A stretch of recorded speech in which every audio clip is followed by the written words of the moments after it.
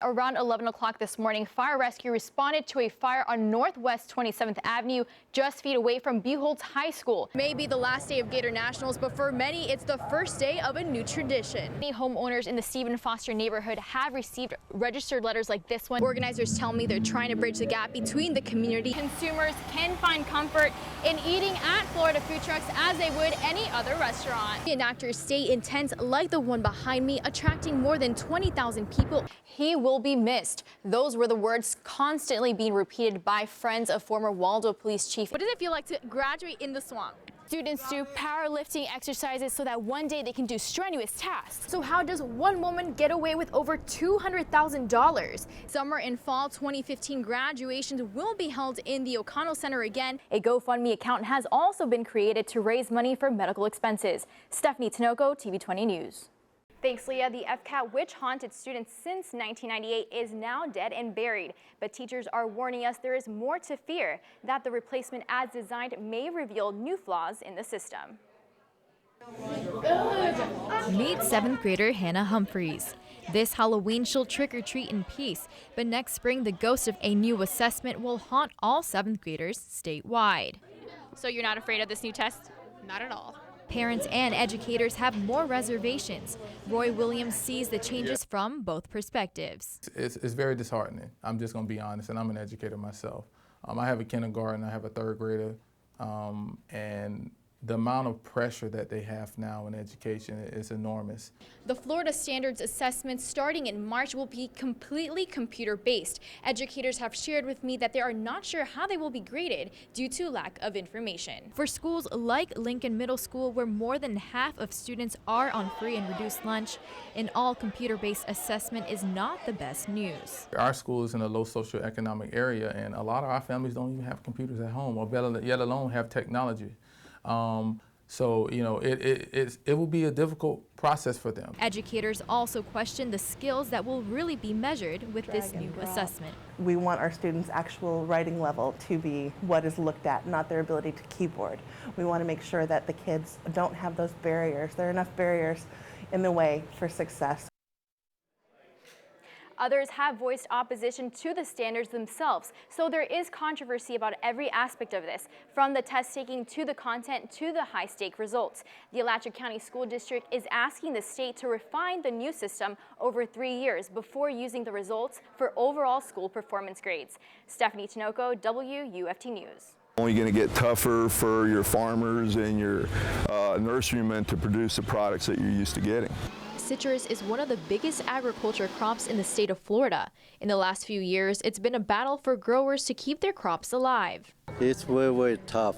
According to UF's Institute of Food and Agricultural Science, citrus greening has caused a total loss of about $4.5 billion in revenue and more than 8,000 jobs in the state's citrus industry over the last few years. Probably the most critical issue in agriculture in the state of Florida. Citrus greening is caused by a bacteria carried by a tiny insect that attacks the tissue carrying nutrients through a tree.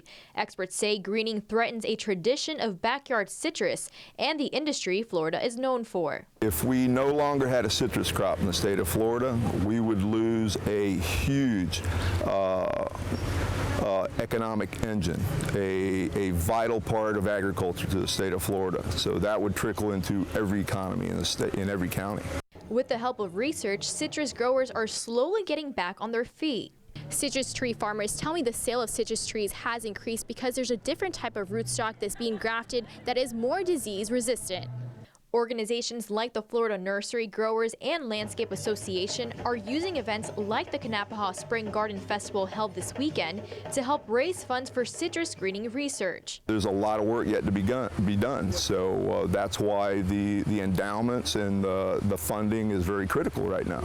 The Spring Festival is attracting hundreds of people with a portion of vendor fees going towards citrus greening research. Farmers say it's good news to look forward to. I love to see that happen, so we don't have to worry about the disease is spreading out much anymore. And keep citrus a king crop in Florida. Stephanie Tinoco, TV 20 News. Fire! On February 20th, 1864, more than 10,000 troops fought in a pine forest near Ocean Pond. The battle ended after Union troops retreated in defeat, and 14 months later, the war ended with the Confederate Army surrendering. 150 years later, people are watching it happen all over again. Is an accurate representation of how it was fought in 1864. At the reenactment of the Battle of Olustee in Lake City. For moms like Sylvia Simmons, it's a way for kids to learn history in a creative way. You can read over and over, 500 people got shot, but how many times are you going to see the battle actually happen? Thanks to hundreds of reenactors. Reenactors stay in tents like the one behind me, attracting more than 20,000 people over the weekend, hoping to relive history together. Civil War reenactor Becky Curlin has been going to the event for 7 years to preserve history for future generations. There's so many things that people don't know how things were done in the past because we live in such a modern, fast-paced world. Just as troops are keeping history alive on the battlefield. Stephanie Tinoco, TV 20 News. Have you been to it? No. It'll blow you away. Really? It'll blow you away. Food trucks seem to be crowding the streets of North Central Florida, gaining ground with what some call gourmet goods on the go. Food trucks are great. People like to have something different. And most of the food that you see sold in these places are varieties of stuff that you probably won't find in a restaurant. To others, an asset to Gainesville's economy.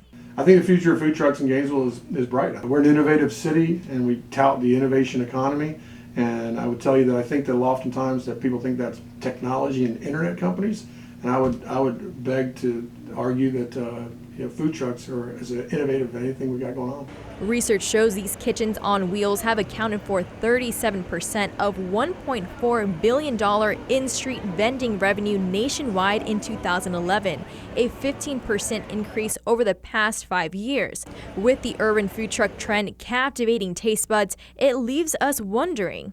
Do you think that inspections, like health inspections, are done the same for food trucks as restaurants are done? I hope so. So do we. I think that food trucks should live up to a higher standard because they're mobile. But are they?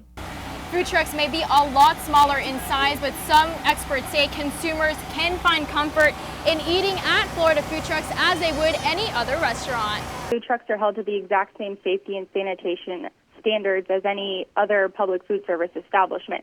So when an inspector goes in to do a routine inspection, they're going to check the temperature of all the foods that are in there, both hot and cold, and also the ones that are ready to serve. And they're also going to make sure that everyone's wearing gloves at the appropriate time and that they're washing their hands frequently. And the list goes on. The system for safety and sanitation inspectors follow range from high priority to basic violations. I've been a chef for years and years and years, so it's all the same. Inspectors use social media to keep track of where food trucks will be next to help keep their visits unannounced. Have a good one. Kelly? Food trucks may be inspected equal, but There's some gnarly food trucks out there. But I mean, yeah. You want me to tell you exactly who they are? Sure. No, I'm not gonna do that.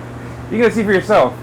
whether or not they're meal-worthy is up to the consumer to decide. Stephanie Tinoco, WUFT News.